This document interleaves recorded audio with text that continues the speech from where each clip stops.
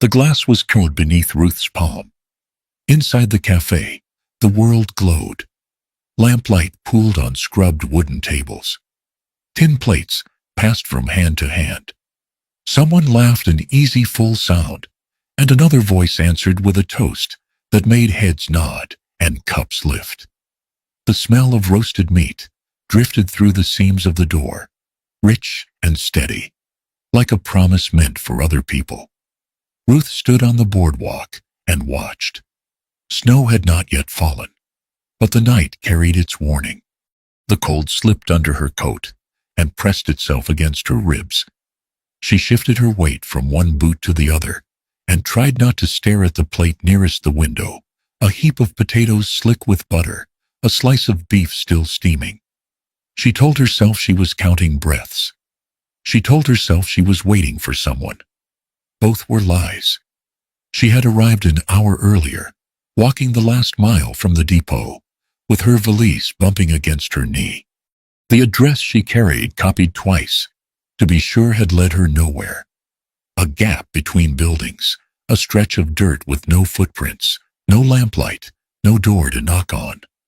She had stood there a long while, waiting for something to make sense of it. Nothing had. Now she stood here instead. Her stomach twisted. She had eaten nothing since morning hard bread and coffee gone thin as water. She pressed her lips together and looked away from the window. That was when the memory rose up unbidden, soft as a hand laid on her shoulder. Eat slow, Ruth. You'll make yourself sick. Lucy's voice, always gentle, always patient. Ruth swallowed and almost laughed. Lucy would have taken her by the arm and steered her inside without ceremony, paid for the meal without letting Ruth see the key leave her purse. Lucy would have made a joke of it, then scolded her afterward for being proud when pride did no good at all. Ruth did not have Lucy tonight. She tucked her chin into her scarf and tried to remember why she was here, why she had chosen a name on paper over the one her family meant to give her. She did not let the thought finish. Thinking about that would heat her blood, and heat had nowhere to go in this cold. The door opened. Warmth spilled out in a rush. A man stepped onto the boardwalk and pulled his coat tight. He wore his hair long, tied back with a strip of leather, and his skin caught the lamplight in a way that marked him unmistakably Apache. He held a paper parcel against his chest, careful, as if it were a sleeping child. Ruth looked down at her boots. He paused. She felt it without seeing it the way attention settles before words do. When she looked up, his eyes were on her hands, empty and red from the cold. He did not ask her name. He did not ask what she wanted. He glanced once at the window behind her, then back at her face. "It's Christmas," he said, as if that were explanation enough. His voice was low, unhurried. "People shouldn't go hungry on Christmas." She opened her mouth. "I'm not." The words caught. Pride rose fast and familiar, the old reflex. She lifted her chin. "I'm not asking for—" He had already moved.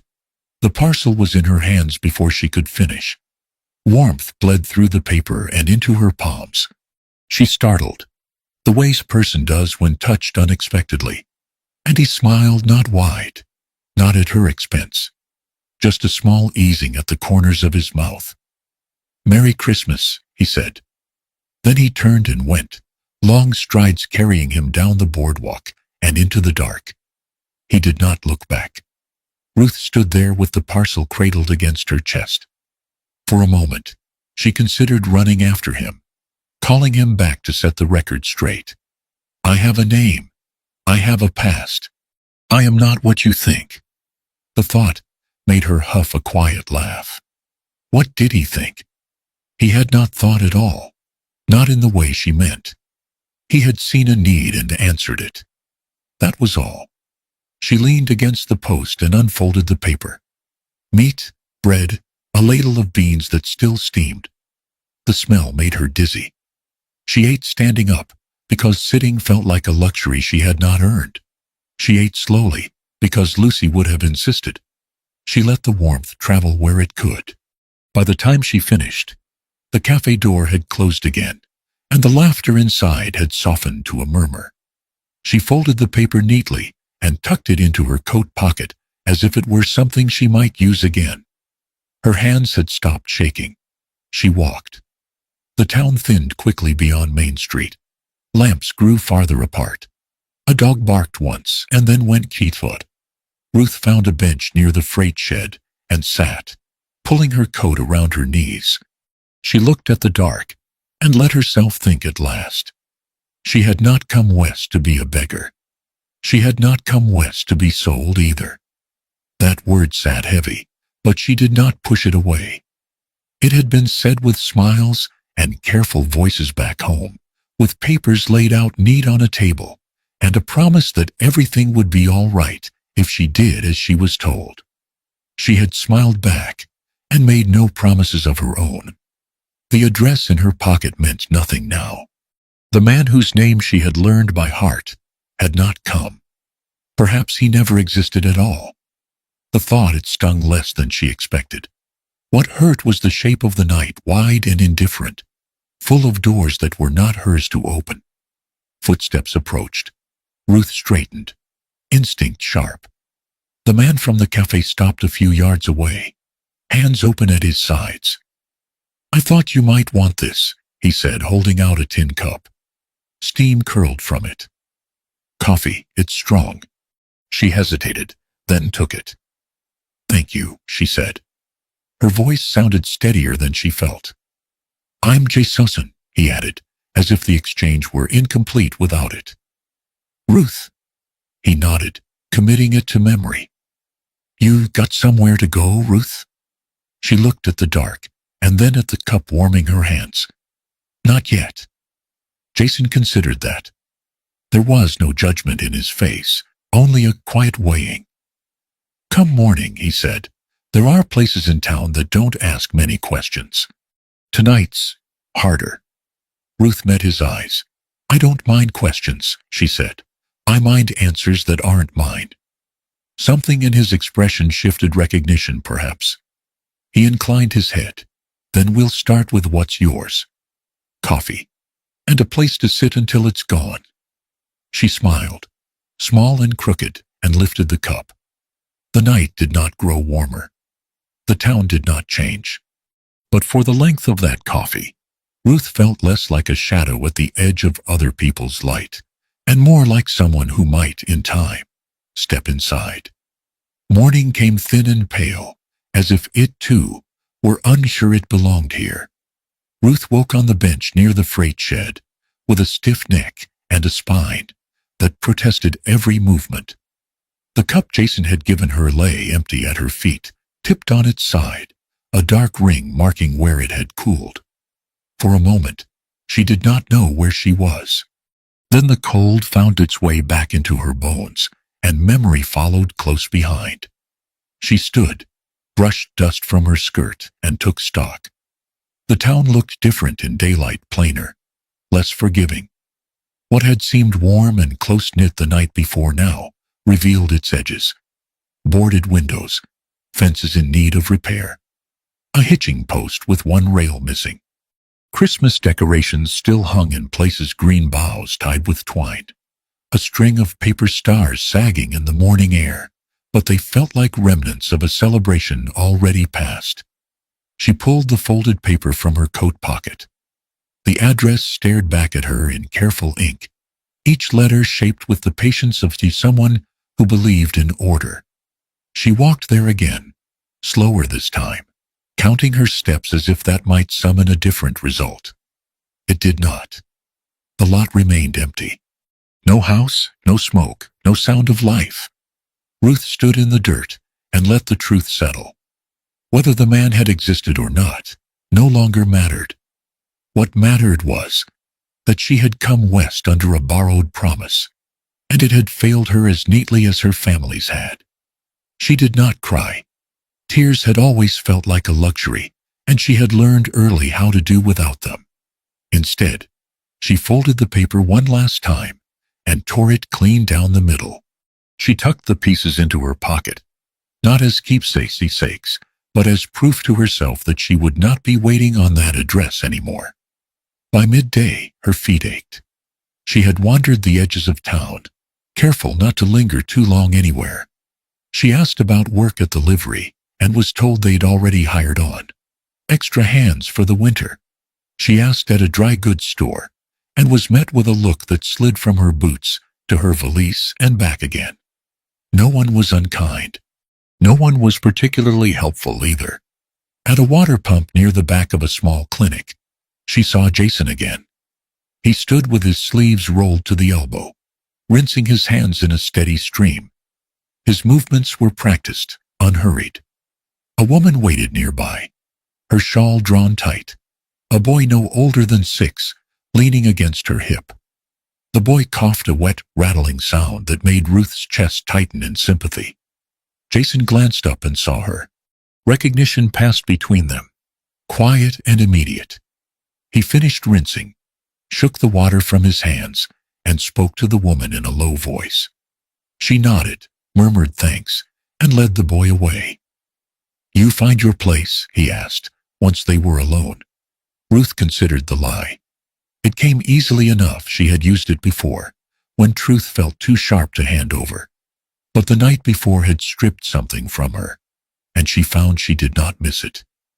"No," she said, "there isn't one." He did not press. He gestured to the pump. "You can wash up if you like." She did, grateful for the simple kindness of it. When she finished, he handed her a scrap of cloth to dry her hands. It had been clean once and would be again. "You don't look like someone passing through," he said, not unkindly. "I wasn't supposed to," Ruth replied. "But I don't intend to go back." "Back where?" She hesitated. "Anywhere that thought it owned me." Jason watched her with an expression she could not read. Then he nodded, as if that answer fit into a shape he recognized. "There are rooms to be had in town," he said. "Not many. Fewer for women alone. I've noticed." They stood there a moment, the sound of the pump filling the space between them. Ruth weighed her next words carefully. She had never liked asking for help. It felt too much like surrender. But last night had taught her something she could not ignore, that need did not diminish a person unless they let it. "I don't need money," she said, "and I won't be a burden. But I do need time. A name that keeps me from being sent on." Jason's brow furrowed. "A name." "A husband's name," Ruth said plainly. "On paper." The words hung in the cold air. She braced herself for refusal, for offense, for the tightening that came when she pushed too hard and too fast. Instead, Jason studied her, as if he were looking at a wound not to judge it, but to understand its depth. "You're asking for a marriage," he said. "I'm asking for protection from other people's decisions," she answered. "I won't pretend it's romantic. I won't ask you to lie beyond what's written." He leaned back against the pump and crossed his arms. "Why me?" Ruth did not flinch. "Because you saw me last night, and did not ask who I was, before you helped me. Because you didn't wait to be thanked. And because I think you know what it is to be told where you belong." A long moment passed. Somewhere nearby, a door creaked open. A wagon rolled by, its wheels complaining in the dust. Jason exhaled slowly. "There would be talk," he said. "There's always talk. And expectations." "I won't meet them," Ruth said. "Not yours, not anyone's." He looked at her then, really looked, as if measuring not her words but the space behind them. "If we do this," he said at last, "it will be simple, honest. No promises we can't keep." Relief came sharp and sudden, enough to make Ruth dizzy. She nodded once. "That's all I want." They were married 2 days later. There was no dress, no gathered crowd. A clerk with tired eyes read the words and took their names down in a ledger already thick with ink. Jason signed with a steady hand. Ruth's signature wavered only slightly. When it was done, the clerk nodded and went back to his papers, the moment already folded into the day's work. Outside, the sky had darkened. Snow threatened again. They walked together in silence for a while. Ruth felt no sudden transformation, no sense of safety settling like a blanket around her shoulders. What she felt instead was something quieter, a narrowing of the world, as if the path ahead had edges now. Jason stopped near a modest house set back from the road. "You can stay here," he said. "There's a spare room. You'll have your privacy." "And you?" she asked. "I'll be in the other one." She nodded. "Thank you." He opened the door and stepped aside, letting her enter first. The room was plain but clean. A table, 2 chairs, a small stove that bore the marks of frequent use. Ruth set her valise down and straightened. "I should tell you," she said, turning to face him. "This isn't only about surviving." "No," Jason agreed. "It rarely is. There are people who think they can decide my life by signing my name where I won't." Ruth went on. "This," she gestured between them, "isn't meant to hurt anyone, but it may stop them." His gaze held hers, steady and thoughtful. "Then we're agreed on one thing." "What's that?" "This marriage isn't about love," he said. "It's about choice." Ruth felt something ease in her chest at the word. Choice. She nodded. Yes. Outside the wind rose, rattling the windows. Inside the house held. And though Ruth did not yet know what this new name would cost her, or what it might give, she knew one thing with certainty. For the first time in a long while, the next step would be hers to take. Marriage, Ruth discovered, did not arrive with thunder. It came quietly, like dust settling after a wagon passed, unremarkable at first, then impossible to ignore once it clung to everything. The house Jason brought her to sat on the edge of town, far enough that the noise softened before it reached the porch. It was small, built with purpose rather than comfort. The boards bore the marks of weather and repair, and the stove had been mended more than once by hands that valued usefulness over appearance. Ruth liked it immediately, though she would not have said so out loud. They fell into an arrangement without discussion. Jason rose early and returned late, his days spent moving between patients, old men with aching joints, women worn thin by childbirth, children with winter coughs that rattled too deep. Ruth learned the rhythm of the house by listening, the creak of the door when he left, the steady hush of the kettle when it reached its boil, the way the floorboard near the window sighed if stepped on too quickly. At first, they spoke little, not out of tension but caution. Each seemed aware of an invisible line between them, drawn not by law, but by respect. Ruth cooked because she could not abide idleness. Jason washed the dishes without comment. When they passed one another in the narrow space of the kitchen, they turned sideways, murmured apologies that felt unnecessary and sincere all the same. Ruth had expected to feel trapped. Instead, she felt unclaimed. No one here told her how to sit or when to speak.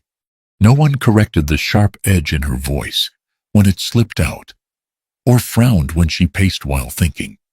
Jason noticed everything and demanded nothing. It unsettled her more than judgment ever had. One evening, as snow began to fall in earnest, Ruth watched him work for the first time. A ranch hand had come with a deep cut along his forearm, blood already stiffening his sleeve. Jason spoke softly as he cleaned the wound, his hands sure and gentle. He did not rush. He did not scold. He waited for the man's breathing to slow before he stitched, as if pain were something that could be persuaded rather than conquered. Ruth stood by the door, uncertain whether to stay or go. "You can hand me the water," Jason said without looking up. She did. Their fingers brushed brief, accidental. Ruth pulled back too quickly, annoyed at herself. Jason did not seem to notice. After the man left, grateful and quieter than he'd arrived, Ruth lingered. "You don't treat them like problems," she said.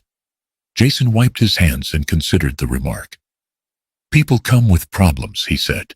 They aren't the same thing. She nodded slowly. The distinction lodged itself somewhere deep. Days passed. Weeks, perhaps. Time behaved strangely that winter, stretching and compressing without warning. Ruth found work mending clothes for a shopkeeper who paid in coin and food.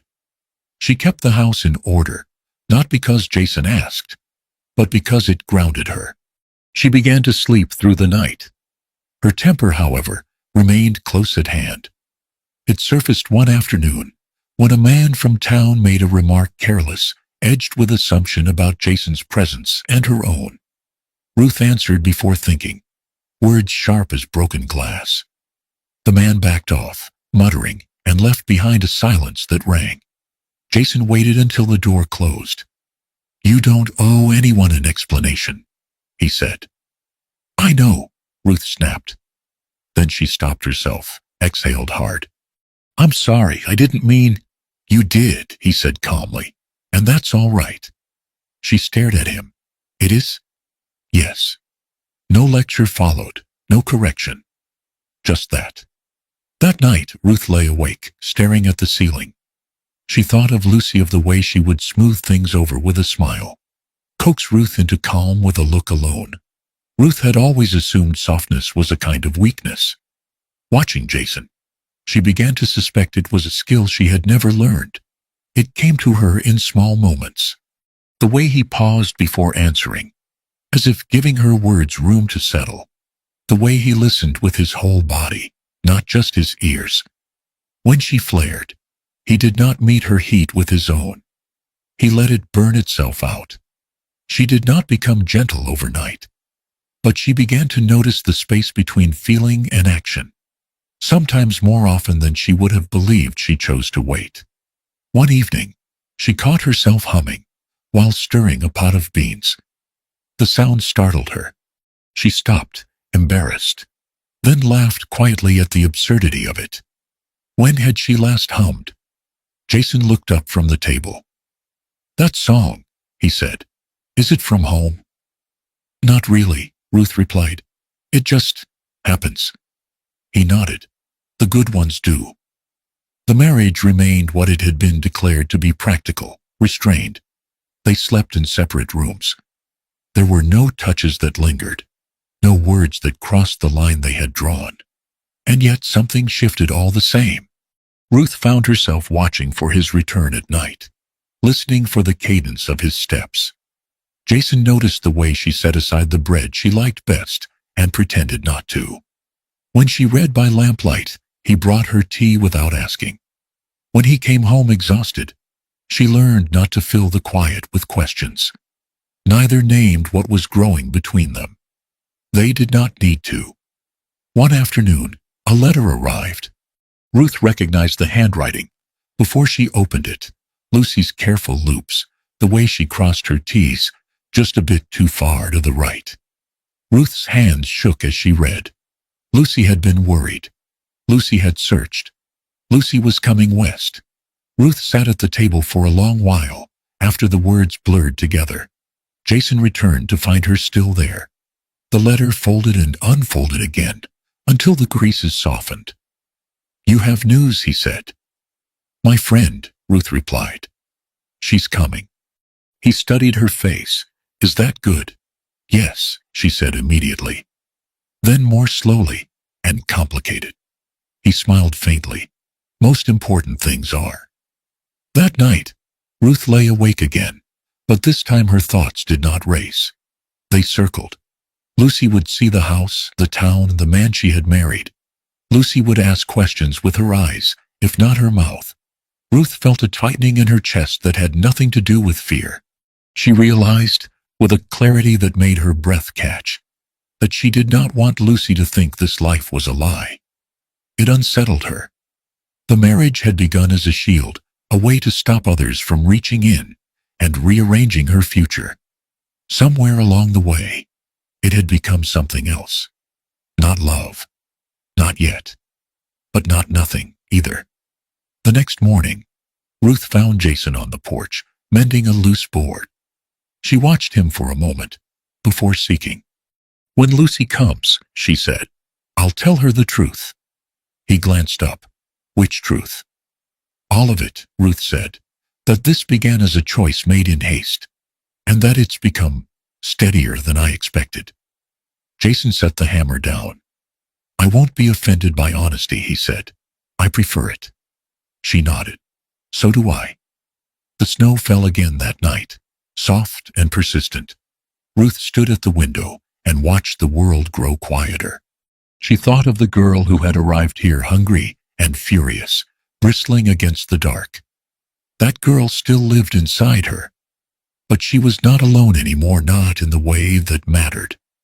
This marriage was not built on vows, spoken with trembling hope. It was built on something less fragile, mutual restraint, shared species, and the slow, unremarkable practice of choosing not to wound. Ruth did not yet know where that road led. But for the first time, she was walking it, without armor.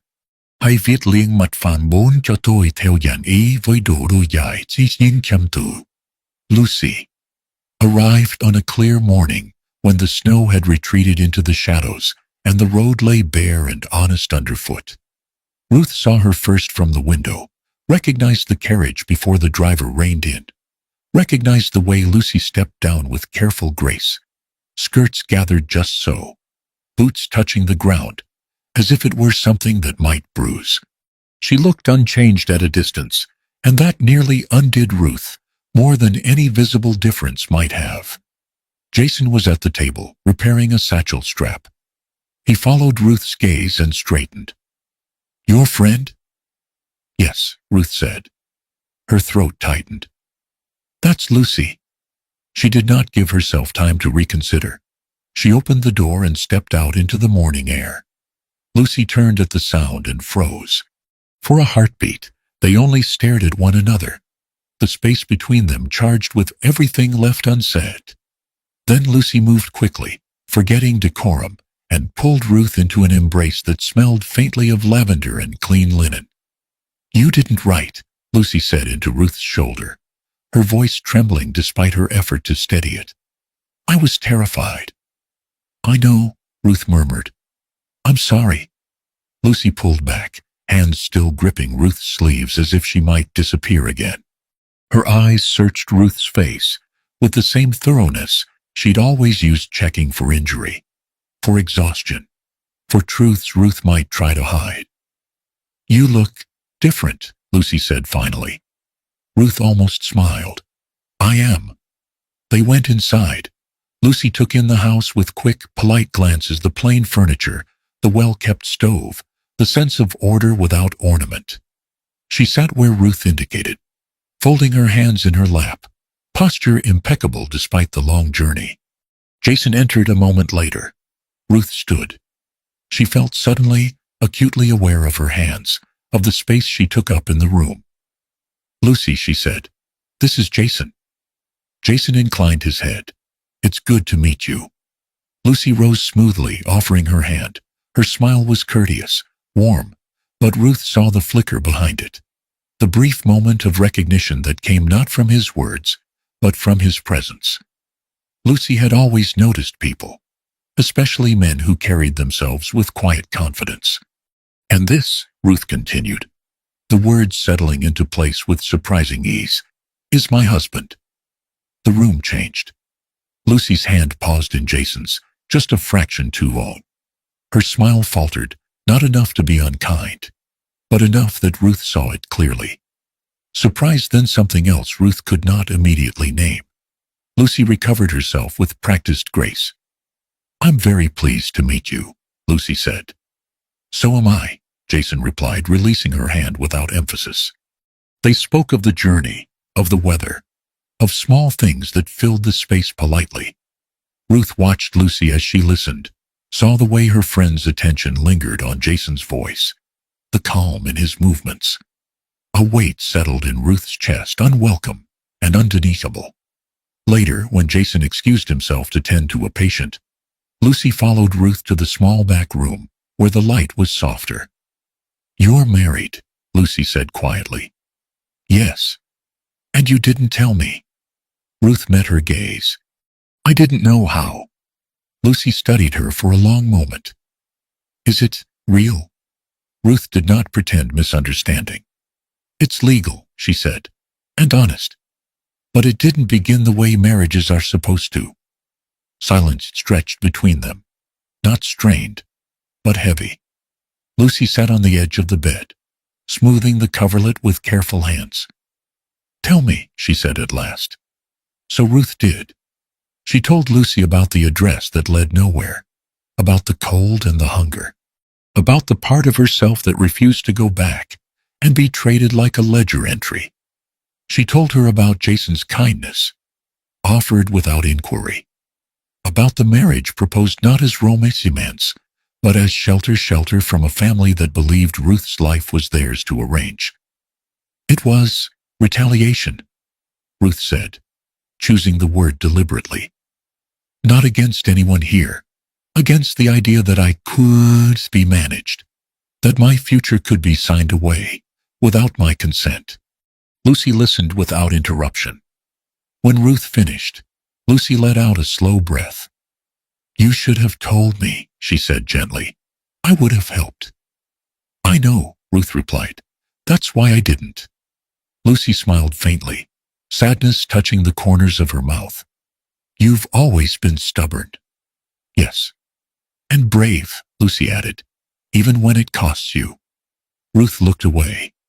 Through the window she could see Jason crossing the yard, his stride unhurried, his presence steady as the land itself.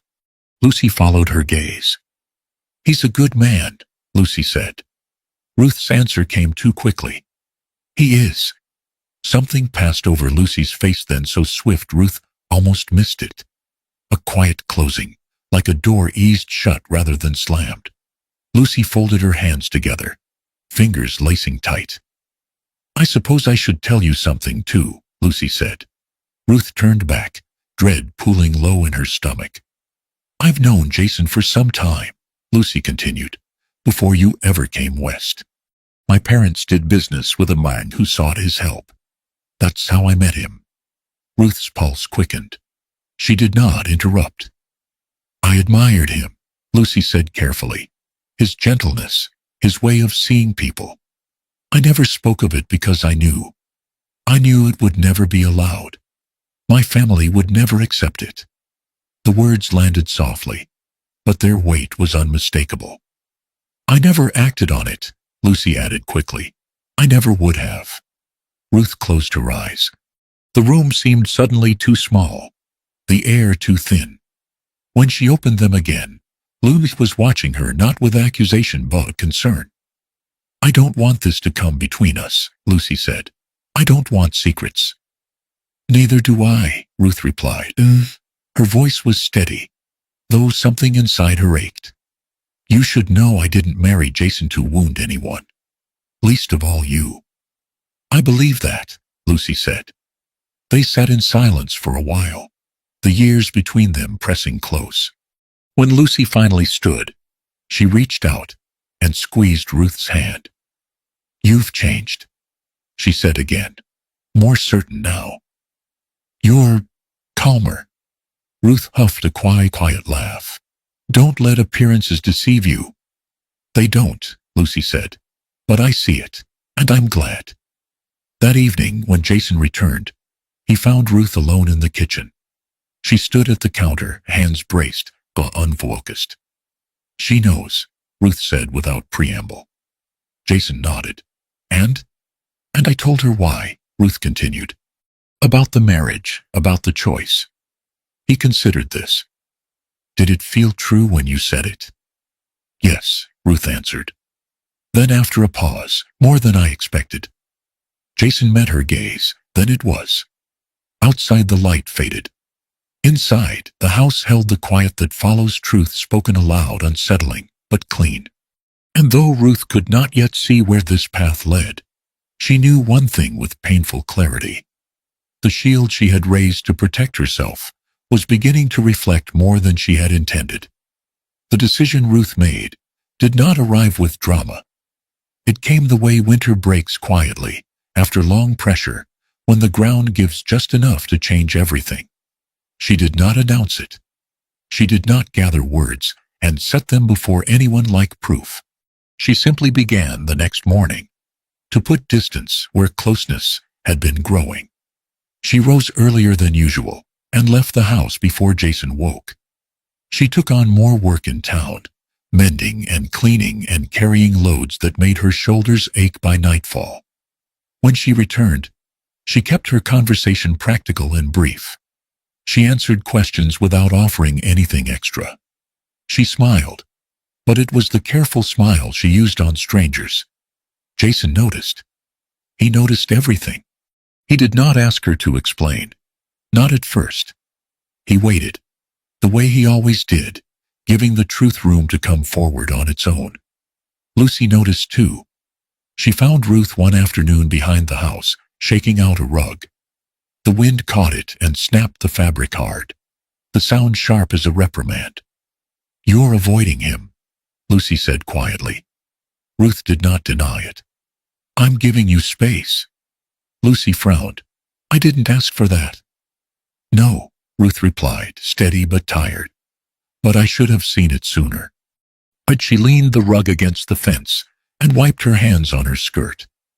"I didn't marry Jason for love," she continued. "But somewhere along the way, I stopped treating it like a lie. And that isn't fair to either of you." Lucy stepped closer. "Ruth, this is my fault," Ruth said, cutting in gently but firmly. "I chose this marriage knowing it would shield me. I didn't consider who might be standing in its shadow." Lucy's eyes shone, but she did not let the tears fall. "I never wanted you to step aside for me." "That's why I have to," Ruth replied. "Because if I don't, it won't be a choice. It'll be guilt." They stood there, the cold wind threading between them. At last Lucy reached out and took Ruth's hand. "You've always believed you had to absorb the blow so others wouldn't," Lucy said. "You did it when we were girls. You're doing it now." Ruth swallowed. "Maybe. But this one is mine to carry." That evening, Ruth told Jason. They sat at the small table, lamplight softening the lines of his face. Ruth did not look away as she spoke. She told him about Lucy's feelings, not dramatically, not as a confession extracted under pressure, but as a truth that had waited long enough.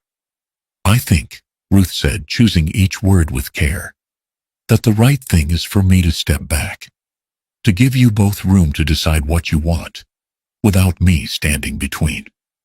Jason listened without interruption.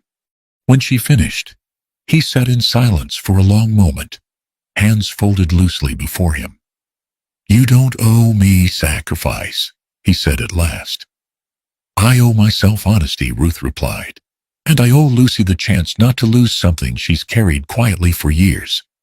Jason's gaze held hers. "And what about what you want?" Ruth hesitated. That, more than anything else, cost her. "I don't trust my wanting," she said softly. "Not yet." He nodded once. "Then I'll speak to her." He did so the next morning. Lucy met him at the edge of town, near the stand of cottonwoods, where the peat cut shallow through the land. She had walked there alone, coat buttoned to her throat, hands tucked into her sleeves. Jason did not begin with preamble. "Ruth told me," he said. Lucy inclined her head. "I hoped she would." They stood side by side, looking out over the water. Jason spoke carefully, not because he feared her reaction, but because he respected her. "I care for Ruth," he said, "not as an obligation, not as a kindness extended too far. I care for her because I choose to." Lucy closed her eyes briefly. When she opened them, her expression was calm. "I suspected as much." "And you," Jason continued, "deserve clarity." She gave a small, sad smile. "I deserve the truth." "The truth," he said, "is that what I felt for you was admiration. It never crossed into something I could build a life on. I wouldn't be honest if I let you believe otherwise." Lucy breathed in deeply, then out. The moment passed through her not easily, but cleanly. "Thank you," she said, "for saying it plainly." She turned to him then. "And for choosing her." Jason met her eyes. "I didn't choose her over you. I chose what was already growing." Lucy nodded. "That's enough." They walked back together in companionable silence. The decision made without spectacle, without wounds left open. Ruth did not know the outcome until that evening. Jason found her in the kitchen, sleeves rolled up, hands deep in dishwater. He waited until she finished and dried her hands before speaking. "She and I talked," he said. "We're friends. Nothing more." Ruth closed her eyes. Relief surged, followed by something sharper: shame. "I didn't mean to push you away," she said. "I thought I was doing the right thing." "You were," Jason replied, "for the wrong reasons." She laughed softly, bitter at herself. "That sounds like me." "You were protecting everyone except yourself," he said gently. She nodded. Old habit. The next choice came sooner than she expected. A letter arrived from her family. Formal, careful. The dispute over the land had settled. They wrote as if nothing had happened, as if they had not tried to trade her future for quiet. Ruth held the letter for a long time, before burning it in the stove. She did not write back, in anger. She did not demand apology. She did not explain. She forgave them, not aloud, not for their sake, but because she was tired of carrying their voices inside her head. Forgiveness, she realized, was not agreement. It was release. That night, she sat on the porch with Jason, the cold pressing close but not unkind. "I stepped away because I thought it would make me better," she said. It didn't.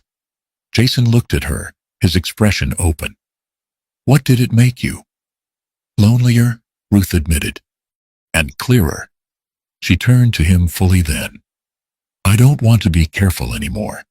I don't want to live as if my wanting is something dangerous." Jason did not reach for her right away. He waited always until she had finished. "I won't be a refuge you hide inside," he said, "but I will be a place you choose." Ruth felt the last of her defenses give way, not in collapse, but in quiet surrender. "I choose you," she said, "not because I need shelter, because I want to stay." Jason took her hand then, warm and sure. The grip was steady, not possessive, equal. The night held. The past loosened its grip. And for the first time since she had stepped onto that Christmas boardwalk, hungry and furious, Ruth did not feel like she was stepping away from herself to keep the peace. She felt like she was finally stepping toward something, unafraid of what it asked in return. Spring did not arrive all at once. It came in pieces that first morning, when the frost loosened its grip. The creek swelling with meltwater, the birds returning as if they had only stepped away for a moment. The town shook off winter slowly, like a man rising stiffly from a hard bench, testing each joint before trusting it to bear weight. Ruth felt the change before she could name it. She woke earlier, not from worry, but from light. The days stretched. The air smelled different, damp earth and promise, instead of smoke and galed iron. She moved through the house with an ease that surprised her, no longer measuring every step as if the ground might give way beneath her. Jason noticed, of course. "You walk quieter," he said one morning, as she set a pot on the stove. Ruth smiled to herself. "I think I finally stopped bracing." He considered that.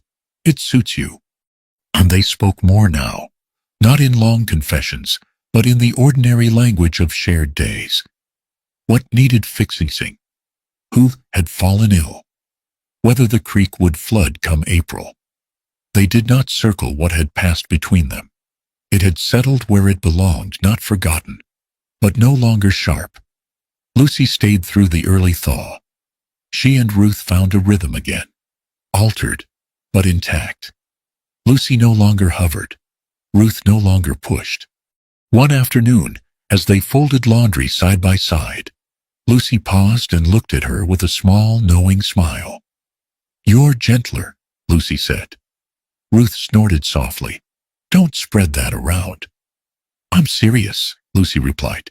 You listen now. You don't always need to win the room. Ruth thought about it, then nodded. I learned that from him. Lucy followed her gaze to the window, where Jason stood repairing a fence rail.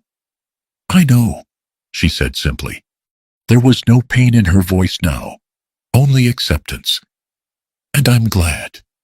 When Lucy left, it was with an embrace that held no urgency. Promises were made to right, and this time Ruth meant them. She watched the carriage disappear down the road and felt something close, not loss, but completion. A chapter laid carefully back into place. It was Jason who suggested the walk. Come see the land, he said one morning, if you want. Ruth hesitated only a moment. I do. Oh, they set out after breakfast, boots sinking into soft ground, the road west of town stretching open before them. The sky was wide and honest, the kind that made a person feel both small and unburdened. Ruth breathed deeply, savoring the simple act of moving forward without running. Jason walked beside her, not leading, not lagging. When the path narrowed, he adjusted his stride without comment. When Ruth stopped to examine a wildflower pushing through the mud, he waited. This isn't much, he said as they crested a low rise, and his land came into view. A modest house, a barn in need of paint, fences that bore the marks of hard winters. But it's steady. The creek runs year-round. The soil's good if you treat it right. Ruth took it in the slope of the land, the way the wind moved across it, the quiet that settled without pressing. It's honest, she said. It doesn't pretend. Jason smiled at that. They stood at the boundary for a moment, neither stepping forward nor back. Ruth felt the weight of the choice before her, not heavy, but real. She thought of the girl she had been on Christmas night, standing outside a window, with nothing but hunger and defiance to keep her company. That girl had believed she needed escape more than anything else. Ruth understood now how wrong she'd been. She had not needed rescue. She had needed room to choose, to fail, to forgive, to soften without disappearing. She had carved that space herself, one hard decision at a time. I'm not asking you to decide today, Jason said, reading the quiet in her.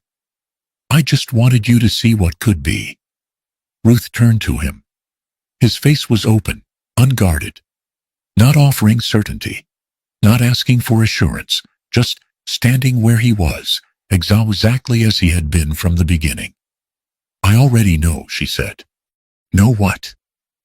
That I don't need this place to be whole, Ruth replied, and that makes wanting it different. Jason held her gaze, something like relief passing through his eyes. That's how it should be. She took a step forward, then not onto the land, but toward him. She rested her hand over his heart, feeling the steady beat beneath her palm. It grounded her, the way the earth did when she pressed her boots into it.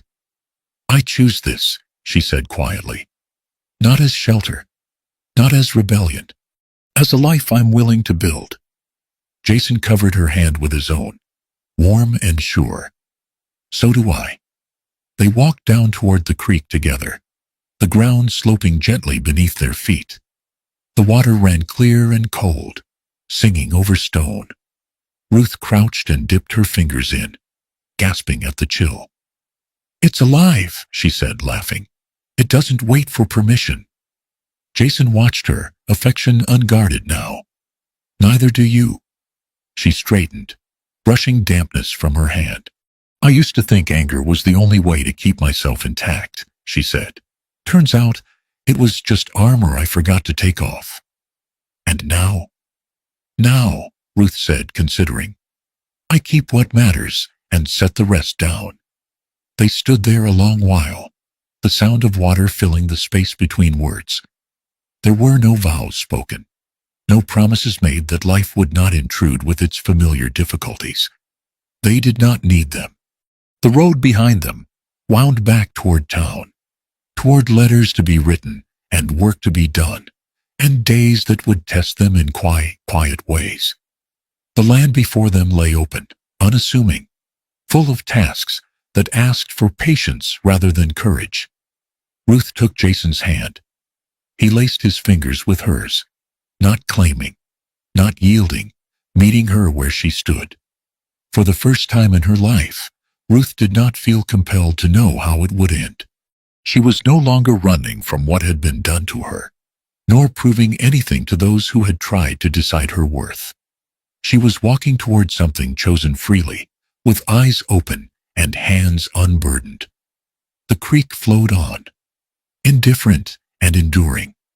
And Ruth's heart, no longer a bride by necessity, no longer a woman shaped by other people's bargains, walked beside the man she had chosen, into a future that asked only this of her: to stay.